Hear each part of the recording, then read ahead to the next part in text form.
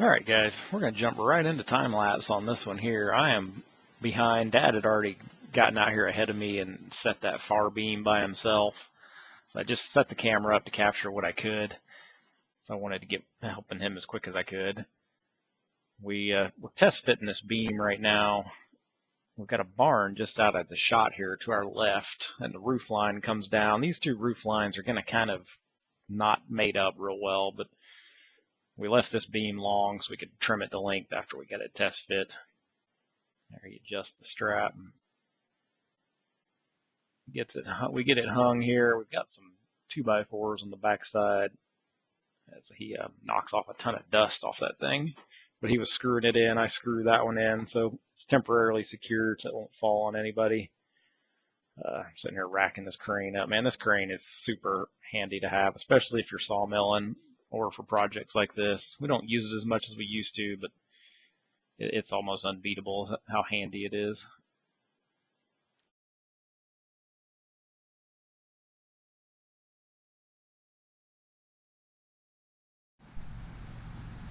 Alright, start in the morning, trying to put up some supports.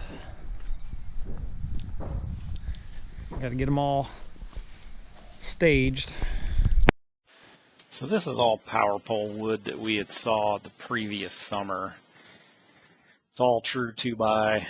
It's all 17 to 18 foot long. We got some 2x4s we're going to use for purling and some 2x8s that we're going to use for the rafters.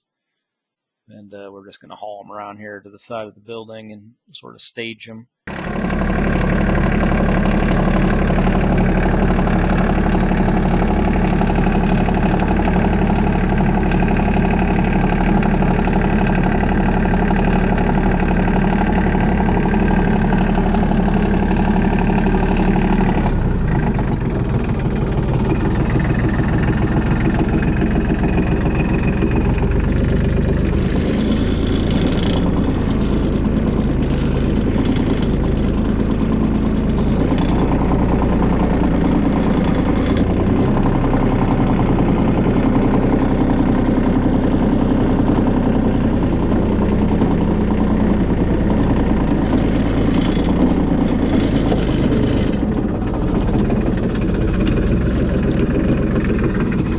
Tripod hung up. There. Too much stuff YouTubing.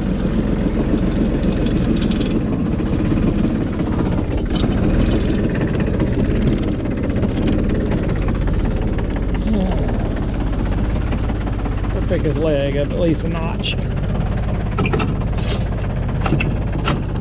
There we go. Not going far.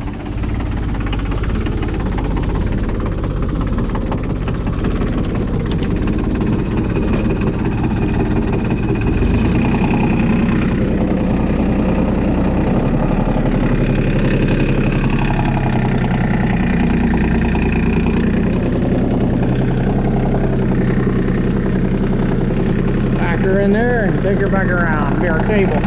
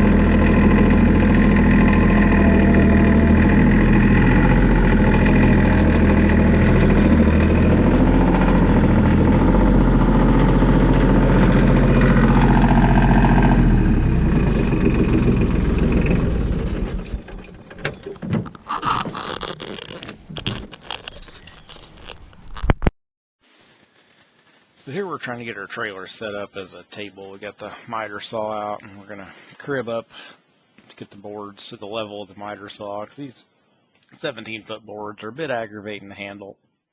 You'll see here in a second, the blade on this miter saw is just toast. I think we had used it on 2 flips. Yeah, it's just smoking. And then I had loaned it to a buddy for a 3rd flip, so we used it to cut laminate flooring and stuff, and these vinyl shower tiles. That's pretty hard on those blades. At this point, Dad had run off to the store to go grab another blade.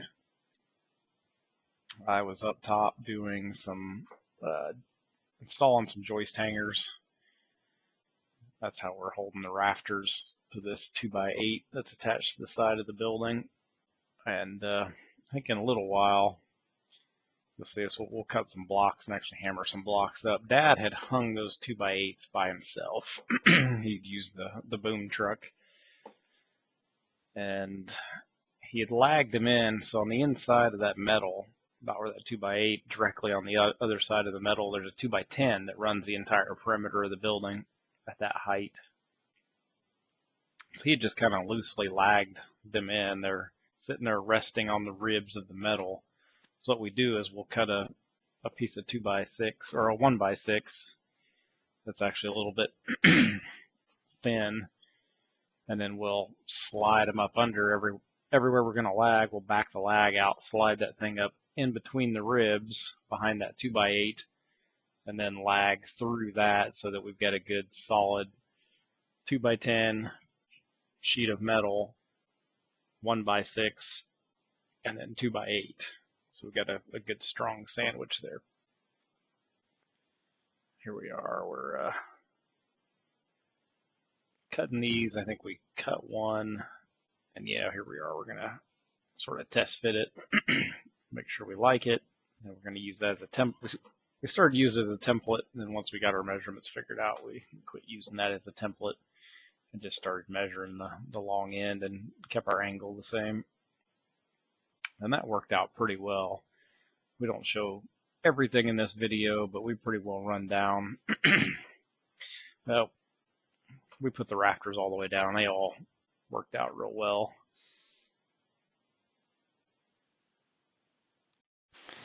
I believe that blade Dad went and got was a Diablo. It actually worked pretty well. It was really actually the first blade we'd ever put on that saw. We'd actually gone through, like I said, 3 flip houses. So it's a bunch of trim. It's cut, a bunch of laminate shower tiles, and the final laminate's pretty hard on those carbide blades even. So that blade had actually lasted a long time for the original blade that came with that Cobalt miter saw. You'll see us here, we're sort of checking the top and bottom of these boards, trying to find crown, make sure we're cutting the angle in the right direction where the crown's always up. That way if anything sags over time, it should sag down to be pretty well straight. And basically we just cut us a few more boards here to get a decent stockpile. And then we're going to start laying them up right here to, we didn't use any piece of equipment to set them up there.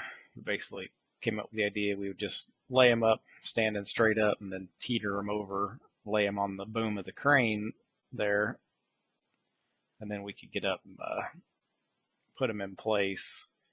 But like I said before, I believe Dad had hung the 2x8s on the side of the shop there by himself with the crane and just loosely lagged things in. So we had to drill in, redo some of the lags, put backers behind them, and right there where I'm drilling through the post. So we're going to actually put a big 12-inch bolt through the 6x6 that runs up through there. So the bolt will go through the 2x8, through the sheet metal, through the 2x10, all the way through the 6x6 at the top. And then we'll bolt that together, and we'll do that on all the 6x6s down through there as well. And on the bottom of it, we actually put a metal hanger in place too, a piece of angle with a hole in it that bolt will go through. So that angle is actually got a ledge on the bottom that supports the bottom of that 2x8. So that was kind of a pain getting drilled through all the way there with the big drill, getting through the metal. Those big corkscrew bits, they're kind of a pain to run. So here you'll see me, I'm actually going to take one of those lags out. I'm going to drive up a piece of wood underneath it right there. So that's what I'm talking about. That way you're not trying to clamp this board against hollow ribs. Here we are, we're starting to hang our rafters. So the hangers are only for really 1.5 inch wide, normal 2x8s. We ended up taking a piece of ash 2x4 we had cut that's a true 2 wide, and we clamped that in a vise, and then we tried to form the bottom of the hanger to be wider for these. So it's a bit of a process. I think you can buy them, but I don't believe Menards or Lowe's had any at the time when we went to do this project. I think you can get them for true 2-inch wide lumber, but we didn't have any. So it was definitely helpful. You've got one person sort of pushing it towards the building and then one person sort of pulling down, because some of them didn't want to seat all the way at the bottom. So it's definitely a good 2-person job. I think you see Dad there, he's kind of pulling downward on that to keep it seated. And then we'd sort of hammer them before we would cross screw them in. I will say one thing, we're screwing all this stuff together with construction screws. It would go a lot faster with a nail gun in hindsight. I won't say in hindsight, we've done a lot. We just don't really have the use for a nail gun a lot, but this is one of those projects that a nail gun would really speed things up. This is pretty well going to do it for this video. Hope you guys enjoyed it. Thanks for watching, thanks for subscribing, and be more to come.